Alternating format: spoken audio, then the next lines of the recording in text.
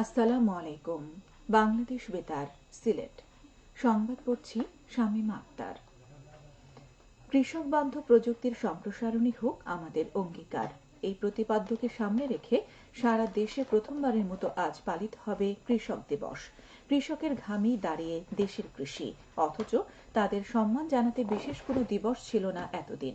এবার সেই শূন্যতা পূরণে এগিয়ে এসেছে বাংলাদেশ কৃষি বিশ্ববিদ্যালয় ও এর সম্প্রসারণ কেন্দ্রের উদ্যোগে সারা দেশের মতো সিলেটেও পালিত হবে দিবসটি। এই উপলক্ষে আয়োজিত কর্মসূচির মধ্যে রয়েছে বর্ণাঢ্য কৃষক শোভাযাত্রা, আলোচনা সভা এবং সফল কৃষক কিষানী সম্মাননা।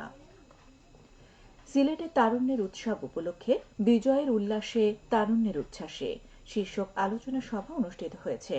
জেলা তথ্য অফিসের উদ্যোগে গতকাল সিলেট প্রশাসকের সম্মেলন কক্ষে অনুষ্ঠিত সভায় প্রধান অতিথি ছিলেন জেলা প্রশাসক মোহাম্মদ শের মাহবুব মুরাদ।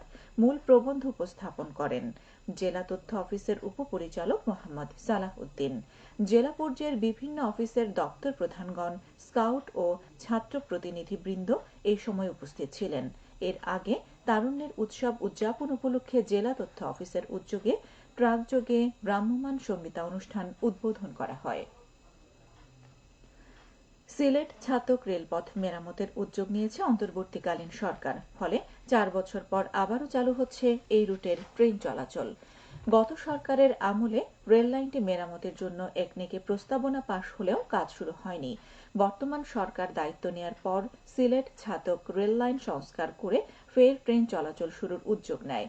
এই রুটে ট্রেনের যাত্রী চলাচলের পাশাপাশি স্থানীয় কৃষি ও শিল্প খাতে এই রেল লাইনটি গুরুত্বপূর্ণ ভূমিকা পালন করে। ছাতক থেকে ট্রেনে করে বালু, পাথর, চুনাপাথর, সিমেন্ট সহ বিভিন্ন নির্মাণ সামগ্রী বিভিন্ন স্থানে পরিবহন করা হয়। দেশের একমাত্র কনক্রিট স্লিপার কারখানাটিও ছিল ছাতকে। উল্লেখ করা যেতে পারে 1954 সালে সিলেট রেলওয়ে স্টেশন থেকে সুনামগঞ্জ জেলার ছাতক বাজার রেলওয়ে স্টেশন পর্যন্ত 34 কিলোমিটার রেলপথ স্থাপিত হয়। ওই সময়ে জেলার রেলপথের সর্বশেষ স্টেশন হিসেবে নির্মাণ করা হয় ছাতক বাজার রেলওয়ে স্টেশন। এর আগে এটি আখাউড়া, কুলাউড়া ও সিলেট পর্যন্ত সীমাবদ্ধ ছিল।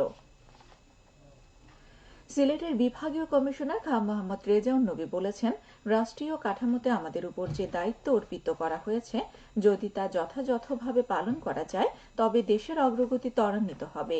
তিনি গতকাল সিলেটের বিশ্বনাথ উপজেলা পরিষদে উপজেলার বিভিন্ন দপ্তরের কর্মকর্তা, জনপ্রতিনিধি, সাংবাদিক, রাজনৈতিক নেতৃবৃন্দ এবং সুধীজনের সঙ্গে অনুষ্ঠিত মতবিনিময় সভায় এসব কথা বলেন।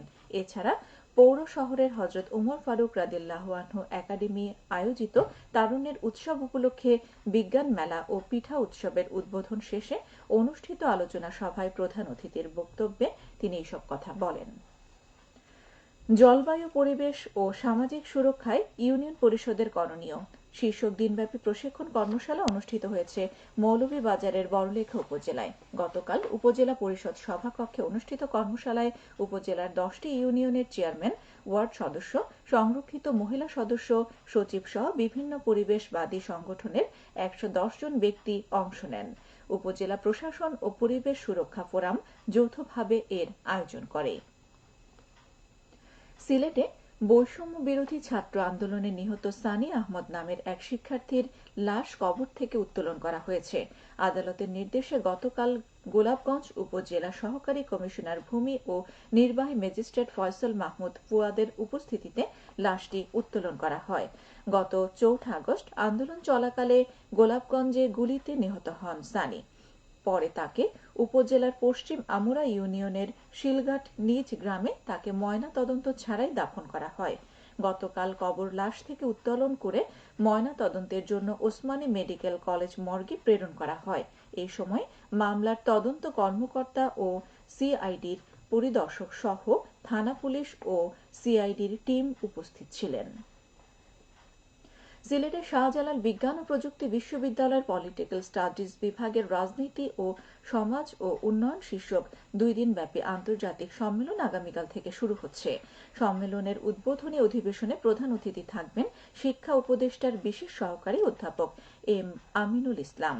মূল বক্তা হিসেবে উপস্থিত থাকবেন যুক্তরাষ্ট্রের কলম্বিয়া বিশ্ববিদ্যালয়ের অতিথি অধ্যাপক ও সেন্টার ফর পলিসি ডায়ালগের বিশেষ ফলো রওনক জাহান। সম্মেলনে সভাপতিত্ব করবেন শাহজালাল বিজ্ঞান ও প্রযুক্তি বিশ্ববিদ্যালয়ের উপাচার্য অধ্যাপক এ এম সরওয়ার উদ্দিন চৌধুরী। সম্মেলনে 2টি প্লেনারি স্টেশন ও 15টি প্যারালাল স্টেশনে 110টি গবেষণা প্রবন্ধ উপস্থাপন করা হবে। বাংলাদেশের পাশাপাশি 8টি দেশের গবেষকরা এই সম্মেলনে অংশগ্রহণ করবেন। এবারে শুনুন কৃষি সংবাদ। তীব্র শীত উপেক্ষা করে মৌলভীবাজারের কৃষক কিষানীরা বোরো ধানের চারা রোপণ ও জমি প্রস্তুতির কাজে এখন ব্যস্ত সময় পার করছেন। জেলার প্রধান 3টি হাওর যথাক্রমে হাকালুকি, কাওয়াদিঘি, হাইল হাওর ও মনু নদী প্রকল্পভুক্ত এলাকা সহ সেচ সুবিধা আছে। এই ধরনের অপেক্ষাকৃত উঁচু ফসলি জমিতেও এবছর ব্যাপক বোরো ধান চাষ করা হচ্ছে। জেলা কৃষি সম্প্রসারণ সূত্র জানায়, চলতি মৌসুমে মৌলভীবাজার জেলার 7টি উপজেলায় 62,100 হেক্টর জমিতে বোরো ধান চাষের লক্ষ্যমাত্রা নির্ধারণ করা হয়েছিল, কিন্তু আবহাওয়া অনুকূলে থাকায় লক্ষ্যমাত্রার চেয়ে প্রায় 6,570 হেক্টর বেশি পরিমাণ জমিতে চাষাবাদ হচ্ছে। কৃষকদের উৎসাহী করতে কৃষি মন্ত্রণালয়ের পক্ষ থেকে সারা জেলায় প্রায় 85,000 কৃষককে বিনামূল্যে বীজ, সার সহ অন্যান্য উপকরণ এবং ভর্তুকি মূল্যে 18টি কম্বাইন্ড হারভেস্টার মেশিন প্রদান করা হয়েছে। একই সময়ে 55,000 কৃষককে হাইব্রিড জাতের বীজ দেওয়া হয়েছে। কৃষি বিভাগ মাঠ পর্যায়ে কৃষকদের সার্বিক সহযোগিতা ও পরামর্শ প্রদান করে যাচ্ছেন। ইতিমধ্যে প্রায় 85% জমির আবাদ শেষ হয়েছে। বাকি জমি আবাদ চলতি মাসের মধ্যেই শেষ হবে বলে আশা করা যাচ্ছে। আবহাওয়া অনুকূলে থাকলে এবং কোনো ধরনের প্রাকৃতিক দুর্যোগ দেখা না দিলে এই জমির পরিমাণ থেকে প্রায় 2,71,059 মেট্রিক টন ধান কৃষকের গোলায় উঠবে বলে আশা করা যাচ্ছে। সবশেষে আবহাওয়া। সন্ধে 6টা পর্যন্ত পূর্বাভাসে বলা হয়েছে, সিলেট সহ পার্শ্ববর্তী এলাকায় আজ কোনো সতর্কবাণী নেই এবং কোনো সংকেত দেখাতে হবে না। আজ সিলেটে সূর্যোদয় হয়েছে 6টা 37 এবং সূর্য অস্ত যাবে সন্ধে 5টা 35। সংবাদ শেষ হলো। আমাদের পরবর্তী স্থানীয় সংবাদ প্রচারিত হবে বিকেল 4টা 30। আল্লাহ হাফেজ। বাংলাদেশ বেতার, সিলেট।